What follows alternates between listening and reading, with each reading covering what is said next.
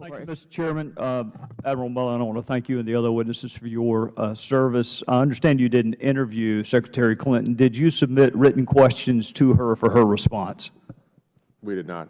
Was Secretary Clinton aware of the attacks on Western targets in Benghazi leading up to September 11, 2012? I believe our information. I'm asking Admiral Mullen. Was, yeah. I'm asking Admiral Mullen. I think she was. She was aware of the attacks on Western targets. Was she aware that the British ambassador was almost assassinated in Benghazi in the weeks and months leading up to September 11, 2012? I mean, I can't be positive, but I think she was. Was she aware of the request for additional security at the Benghazi facility? I would say no. Was she aware of a specific request from the ambassador himself for improved security at that facility? We never saw any request from Ambassador Stevens to.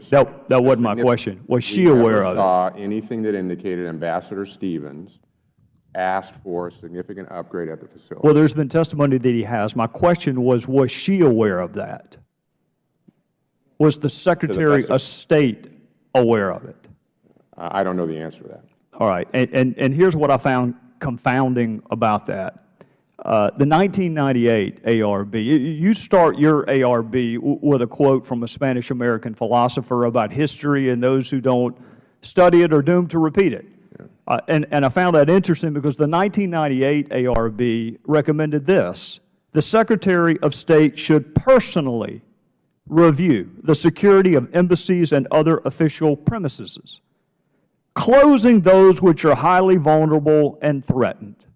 The Secretary of State, that was the specific recommendation from history.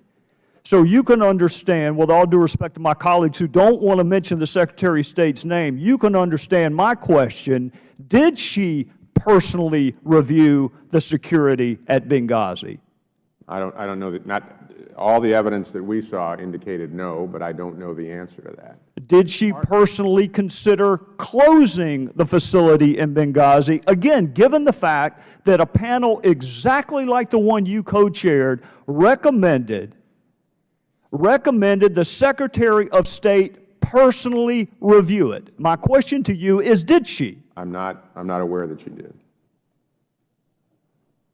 So there is no evidence, despite a previous recommendation from an ARB just like yours, because what our colleagues on the other side say is, let's don't study the past, let's just look forward. You've made recommendations, all's going to be well now, all 30 of them will be implemented. And my point is, we had this recommendation.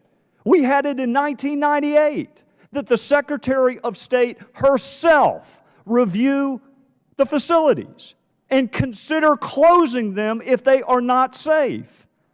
I think one of the, and I think we have pulled people out where it wasn't safe over the course of that. But my question, Admiral, is you never interviewed the Secretary of State about whether she accepted and performed a responsibility given to her by a previous accountability review board. Part of our writ was to look at previous accountability review boards. We certainly commented on that, those that had not been implemented, but it was not to test each recommendation against those who were in positions in the current administration. I want to read you a quote, and I want to ask you if you know the author of that quote, okay?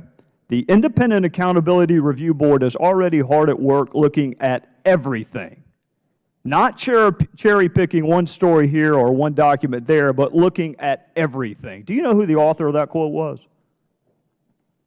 Secretary Clinton.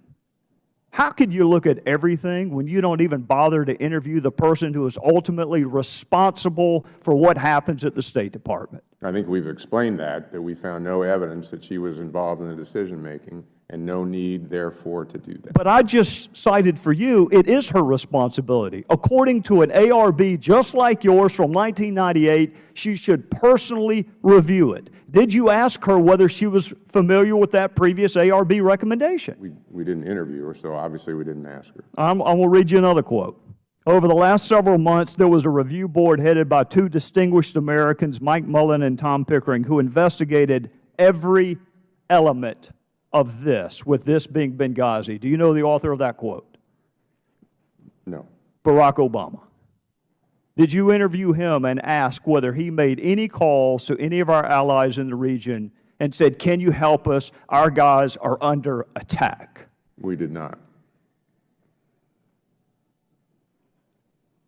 Admiral, my colleague Jason Chaffetz asked you about Cheryl Mills and a conversation you had with her. And I noted 2 different times. You said you wanted to give her a heads up. And make no mistake, she's the lawyer for Hillary Clinton. She's the counsel for the State Department. You wanted to give her a heads up. A heads up about what?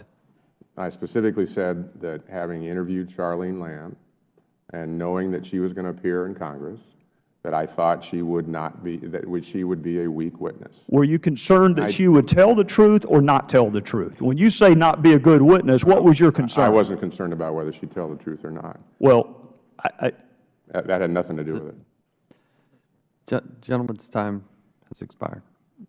I thought there was a practice of going 2 minutes over. I don't know why I possibly could have thought that based on being here for the Mr. Chairman, I would ask that the gentleman be given another minute, because I'd like to hear the answer to that question myself. Sure. Without objection, so ordered. Thank you. Could you answer his question? The last question. Maybe you can repeat the question.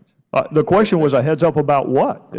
Were you concerned that she would tell the truth or not tell the truth? No, that had nothing to do with it. I don't take, would never question the integrity of Charlene Lamb. Did you think she was just not going to be an effective witness? I didn't. Would the gentleman just let him answer? That's why I just want to get the full answer. I'm trying to help him, man. He's been around 40 years in the military, so he knows how to answer a I question. explained before, Mr. Gowdy, I had run departments.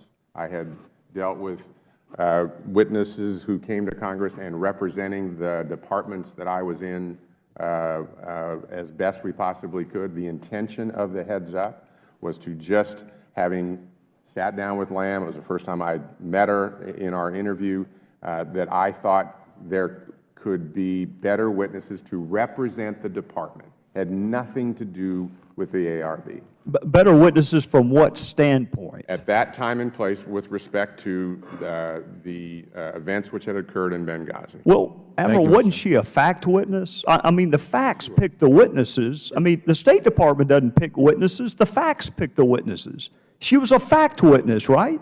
Right. So whether she's good or bad is immaterial. She's a fact witness. Again, I approached it from the standpoint of having run a department and many times working to have the department represented as best as we possibly could. That was it. Well, in conclusion, Admiral, let me just say from my previous life, I well understand having bad witnesses. I had plenty of cases where I wished I could have picked them, but I couldn't. She was a fact witness. The fact that she was not going to be a good fact witness for the State Department, to me, is immaterial. She's a fact witness. This is one. With the gentleman, you're on minute time that we neither one of us have. But just one thing, gentleman, you real quick. Sure. This is the question, and the reason why I wanted to hear your answer is this has, as I'm listening to you, this has nothing to do with honesty and integrity with regard to what the witness would say. Nothing like that.